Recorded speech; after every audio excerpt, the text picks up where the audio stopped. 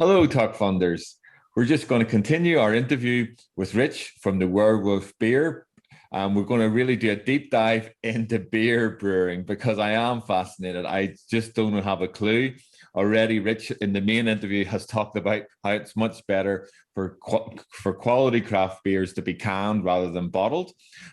So Rich, I think you were just saying off camera, let's just start the journey of looking at beer and beer brewing. And let's look at is it the London, your 5+ It's years as a head brewer? London Brewing Company. If you scroll back up just a little bit so you can see those tanks and things there you go, with all the steam coming out. If anybody zooms in on that, that's our brewery at the Bohemia in North Finchley. And here's your crash course in how beer is made. So we're going to heat up in one of the tanks about 1,000 liters of hot water. We're going to mix that in another tank with malted barley, which basically malted barley has been tricked into thinking it's growing a plant. And then they wet it and they warm it and then it dries. They dry it real quick and then they kiln it to get the moisture out of it. And that makes the starch in it turn into sugar. Well, it start breaking down and modifying into sugar. That makes it so that when we mix it with water around 65 to 70 degrees, the enzymes wake up and start munching on all the starch that's in there, turning it into sugar, which is what we want. Beer making and brewing, that end of the process, is making sugar. That's all we're doing. So that's drained out. There's a big false bottom, a sieve in that. And so all the spent grain and the husks stay up there. And then we pump that over into the boil kettle, which is where we're going to get it up to 100 degrees, get it boiling, and that does two things. Well, it does a lot of things, but the two big ones are it kills any bacteria that might be in there. And the other thing is it's there to boil the hops. So people talk about hops. Hops are a green plant that has lupulin glands, which add the bitterness and flavor and aroma. So we add different hops throughout, and they have to be boiled to get oil into water because, oil and water don't mix. And that is that's what happens with beer. We pump it into a tank, we add yeast, and then we temperature control that and keep it around 20 degrees. The yeast eat the sugar and turn it into CO2 and alcohol, and that's the bulk of making beer. So that's what I do. And being a good brewer is getting yeast to do what you want it to do and not what the yeast wants to do. Because if you had what the yeast wanted to do, it would taste terrible. So so this is the pictures from London Brewing Company. I came on as assistant brewer, and they were in a smaller place in Highgate. I helped them expand into this bigger location and create a whole new range of kegged craft beers. We were doing cask ale, but I did have a really good run doing cask ale. We won all sorts of awards nationally, especially for the first beer I ever came up with for them, which was our 100 oyster stout. And that won awards. Best stout in London. Our best bidder did the same as well. But the big one is we were actually invited to International Stout Day at St. James Gate Brewery, which is Guinness in Dublin. And we were the first cask of real ale served at the Guinness Brewery since they abandoned it for nitrogenated keg in 1963. So it was a real honor, and we had an amazing time and met brewers from all over the world, whom I still talk to. I've got a friend in South Korea that I talk to, and Mexico. That's brewing. You meet great people, and that was kind of what happened at London Brewing Company. We did things like supplying Nicholson's pubs in London. At one point, we had a special month-long tap takeover where we had 10 to 12 beers in every Nicholson's pub, which is almost 200 in the city of London. So a really, really amazing project to be a part of and have all these beers I'd created there for thousands upon thousands of people to drink every day. Fantastic.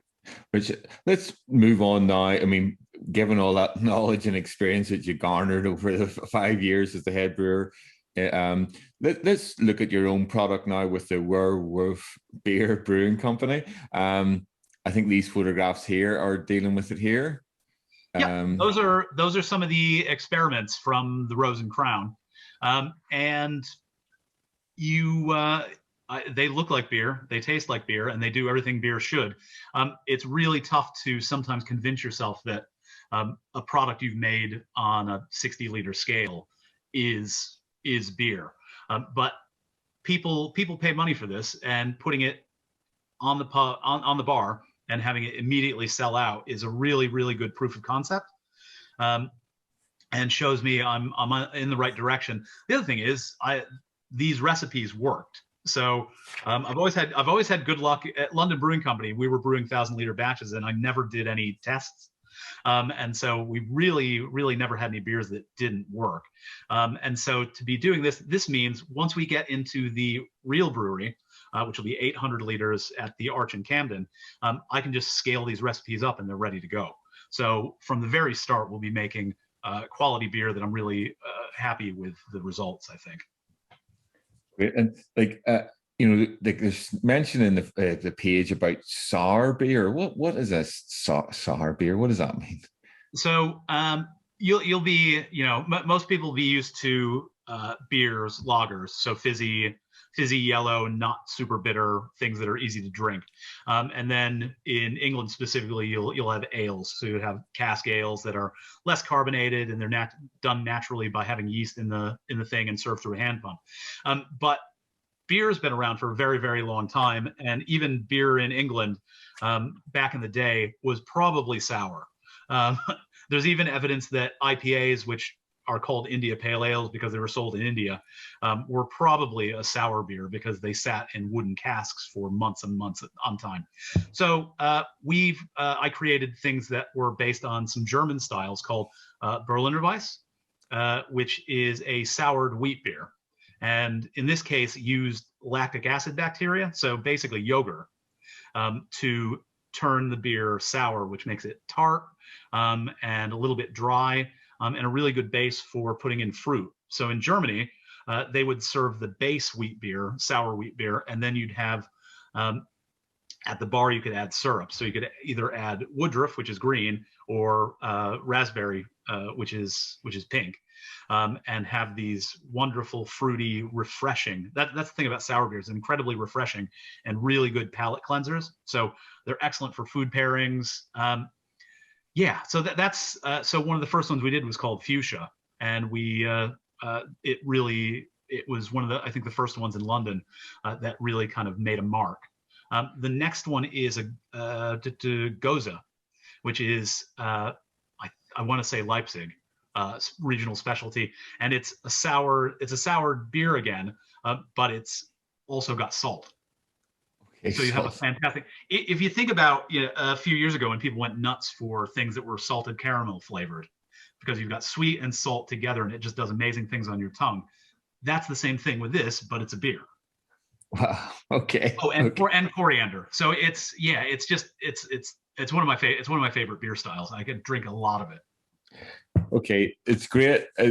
Just to finish off the deep dive, Rich, thank you for sharing all your, well, probably just a little bit of your knowledge. One thing I got about brewing, I'd never really thought of it before, is it's a sort of, one sense, it's a global brewery family, because you mentioned, you know, brewers in like South Korea of all places, and like, you know, you probably have contacts all over the world, everybody brewing their beer. Very interesting. I hadn't thought about that. And just going back to the first video, like, you know, this is great. What you want is you want to get your beer produced as soon as possible. Okay. And the reason why you're crowdfunding, which is going back to your original crowdfunding video, is one, you need it for canning. Two, you're going to set up a proper web shop, and you're going to have those, you can sell your good cans and that, and you need it for drainage as well. I mean, getting those elements together, as well as the exotic side of getting your ghost train in place, is the key reason why you're raising the 30,000. You have a £30,000 target for your campaign. So thank you very much for doing this deep dive. Thank you very much, Rich, from WEREWOLF Beer, live on Crowdfunder, and all the links are in the video description below. Thanks very much, mate. Thank you. Bye.